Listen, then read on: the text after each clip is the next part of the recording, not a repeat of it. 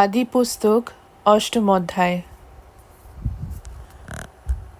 কিন্তু নোয়ার কথা ও তার সঙ্গে জাহাজে থাকা সেই গৃহপালিত প্রাণীদের কথা পরমেশ্বরের স্মরণে ছিল।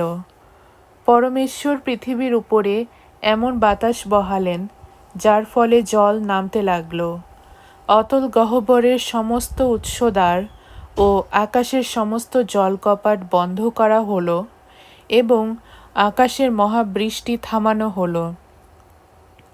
জল ক্রমে ক্রমে স্থলভূমির ওপর থেকে সরতে লাগল।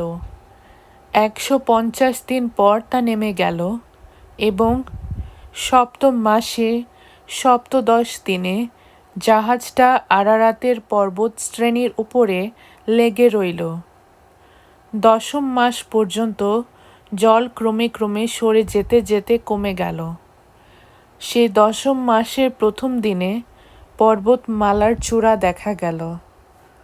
40 দিন কেটে যাওয়ার পর নোয়া জাহাজে নিজের তৈরি জানালা খুলে একটা দ্বারকাক ছেড়ে দিলেন, আর পৃথিবীর উপরে জল শুকিয়ে না যাওয়া পর্যন্ত দ্বারকাকটা উড়ে উড়ে যাতায়াত করতে থাকল। স্থলের উপরে জল কমেছে কিনা তা জানবার জন্য তিনি একটা কপোত ছেড়ে দিলেন, কিন্তু সমস্ত পৃথিবী জলে আবৃত থাকায় কপোতটা পা দেওয়ার মতো স্থান পেল না। তাই জাহাজে তার কাছে ফিরে এলো। তিনি হাত বাড়িয়ে কপোতটাকে ধরে নিজের কাছে জাহাজের ভেতরে ঢুকিয়ে নিলেন। আরও 7 দিন অপেক্ষা করার পর তিনি জাহাজ থেকে সেই কপোতটাকে আবার ছেড়ে দিলেন। কপোতটা সন্ধ্যাবেলায় তার কাছে ফিরে এলো, আর দেখো, তার ঠোঁটে জলপাই গাছের একটা কচি পাতা রয়েছে। তখন নোয়া বুঝলেন স্থলের ওপর থেকে জল সরে গেছে। আরও 7 দিন অপেক্ষা করার পর তিনি কপোতটাকে ছেড়ে দিলেন। এবার তা তার কাছে আর ফিরে এলো না। নোয়ার বয়স তখন 601 বছর। সেই বছরের প্রথম মাসের প্রথম দিনে পৃথিবীর উপরে জল শুকোতে লাগলো। নোয়া জাহাজের ছাদ খুলে বাইরে তাকালেন, আর দেখো, স্থলভূমি সম্পূর্ণরূপে শুকনো। দ্বিতীয় মাসের সপ্তবিংশ দিনে স্থলভূমি শুকনো ছিল। তখন পরমেশ্বর নোয়াকে বললেন, তুমি তোমার বধূ, ছেলেদের ও ছেলেদের বধূদের সঙ্গে নিয়ে জাহাজ থেকে বেরিয়ে যাও।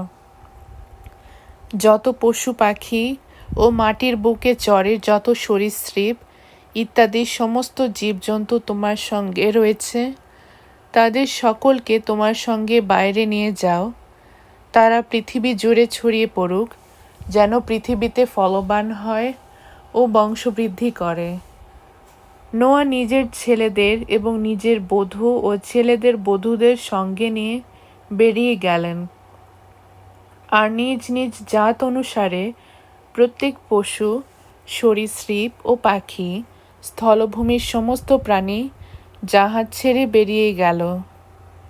তখন নোয়া প্রভুর উদ্দেশ্যে একটি যজ্ঞবেদী গাঁথলেন এবং সব ধরনের সূচি পশুর ও সব ধরনের সূচি পাখির মধ্য থেকে কয়েকটা নিয়ে বেদির উপরে আহুতি দিলেন। প্রভু সেই সব কিছুর সৌরভের ঘ্রাণ নিলেন। তখন প্রভু মনে মনে বললেন, আমি মানুষের কারণে পৃথিবীকে আর কখনো অভিশাপ দেব না, কারণ ছেলেবেলা থেকেই মানুষের মন অধর্মে প্রবণ। আমি এবার যেমন করলাম, সকল প্রাণীকে তেমন আঘাতে আর কখনো আঘাত করব না। পৃথিবী যতদিন থাকবে ততদিন বীজ বোনা ও ফসল কাটা, শীত ও উত্তাপ, গ্রীষ্মকাল ও হেমন্তকাল, দিন ও রাত্রি, এইসবের আর কখনো নিবৃত্তি হবে না।